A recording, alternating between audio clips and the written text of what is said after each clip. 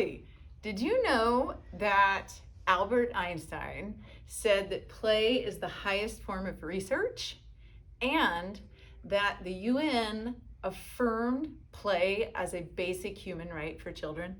It is that important to kids' development. Hi, I'm Bridget Schamberg, speech language pathologist, mom, and owner of One of a Kind Children's Therapy. In our last two videos of our series on engaging with your child, we talked a little bit about sensory and how kids' sensory systems modulate, and also about the strategies. And today we're going to talk a little bit more about play. Yay! If you haven't watched those videos, here's the link, and make sure to go back and review those because it'll make a lot more sense if you do that. And please be sure to subscribe so that you get notified when we share new videos about play. All right, so the first type of toy we're going to talk about is cause and effect. So cause and effect, go ahead, Georgie. All right, Georgie hits it. It goes down the ramp. What about this one, George? Okay. What is that? Gotta find it. Gotta find him? Okay, what are you holding? Flash. It's a flashlight. What can you do with that? Here you go. So cause and effect can be as simple as a flashlight or a remote control. You click it, the light turns on. You do something, there's an effect. Mom. So this is a completion type of a toy. You can tell that it's a puzzle and it has shapes that you put in. And then once the shapes are all in, this toy is completed. So here's another example. Georgie, can you put the rectangle in the shapes order? All right, which one do you want next?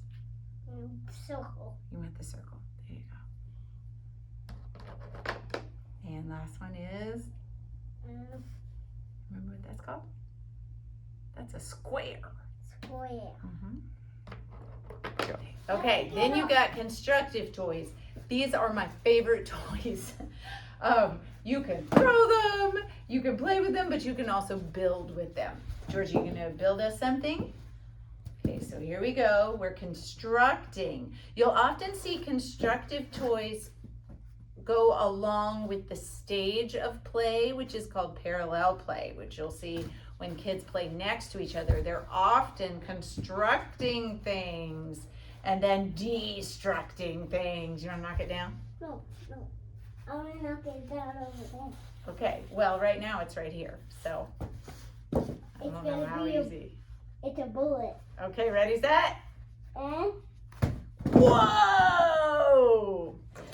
Then you have toys that you can call creative toys. So these are toys that you can play with sensory-wise, like you can squish your fingers into, but you can also, excuse me. Then you can also make into things like, is this a ball or a grape? Ball. Oh, okay, so this is a ball. But look, here we're cutting. So not only are we doing constructive play, but we could also possibly do a little bit of symbolic play. Want a bite? So now we can talk about symbolic play. Symbolic play is really exciting. This is pretend play.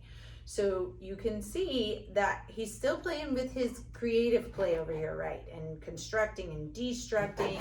And then wait, Piggy is hungry. Can you give him something to eat?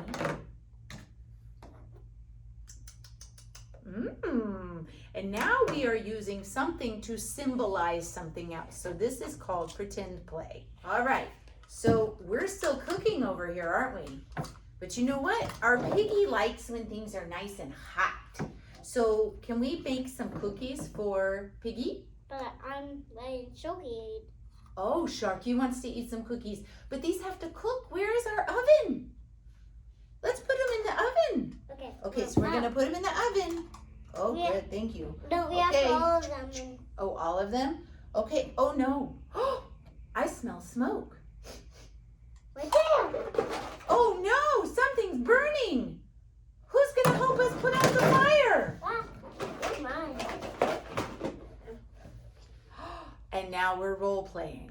And role playing is even more advanced. Oh, thanks, Georgie. You put out the fire.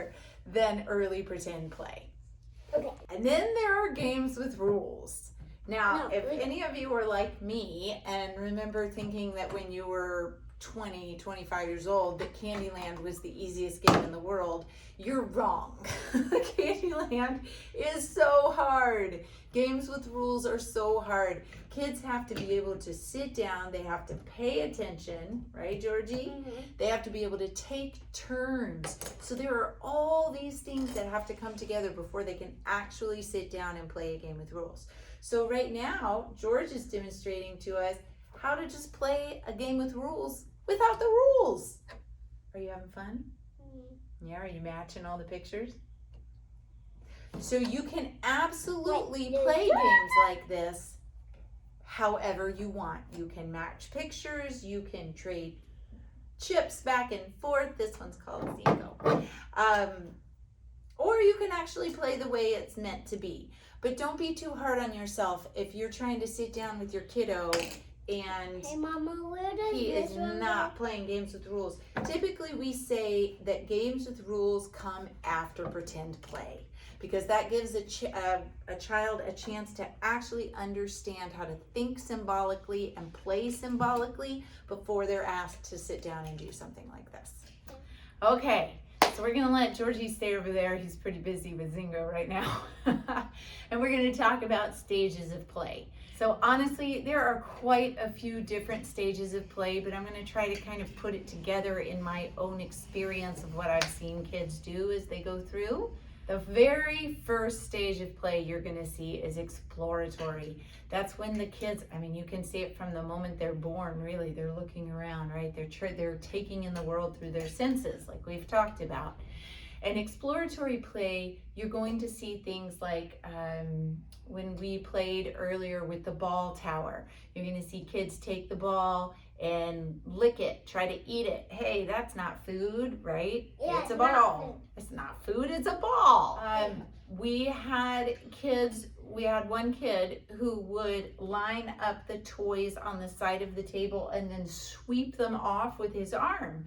So is he demonstrating functional play there by dumping them into a bucket? Or is he still doing exploratory play because he likes the sound of the blocks as they fall into the bucket? So again, you can kind of be within these stages of play. They're not always stuck in one particular one. Okay, so there's that exploratory stage of play, which is birth to a year. You're seeing that. They are experiencing objects, toys through their senses. Then you start to see them become more functional with them. That's into the functional piece. So you're seeing maybe a car actually gets put on a ramp, a block gets put in a hole. And as they develop through the functional stage, then you start to see them relate objects together. So maybe a spoon goes in a bowl, they're brushing their hair, they're starting to feed you, right? They're giving you food, giving it to you. They're relating two objects together.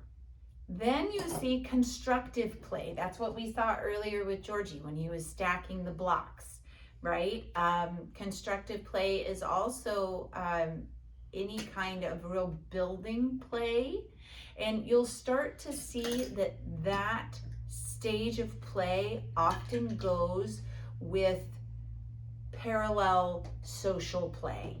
So if a child is playing next to another child, they're often doing this type of constructive play.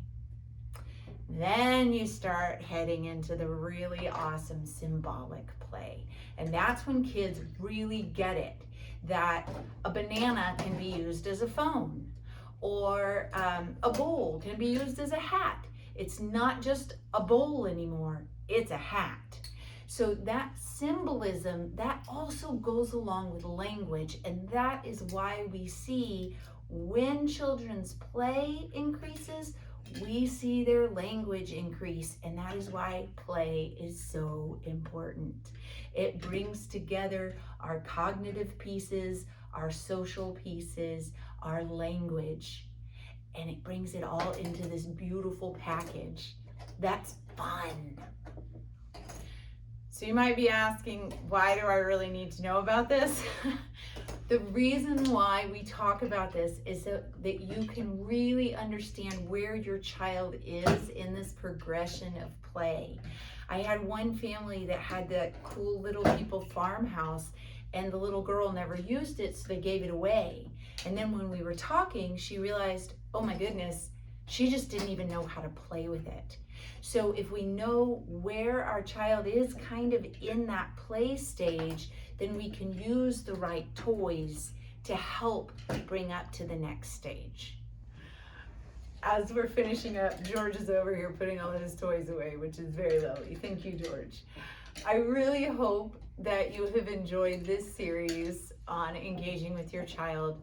Please leave some comments. Let us know where you think your child might be in some of these stages and what your favorite toys are. Because again, you're probably going to help another parent out there that's looking or asking the same questions.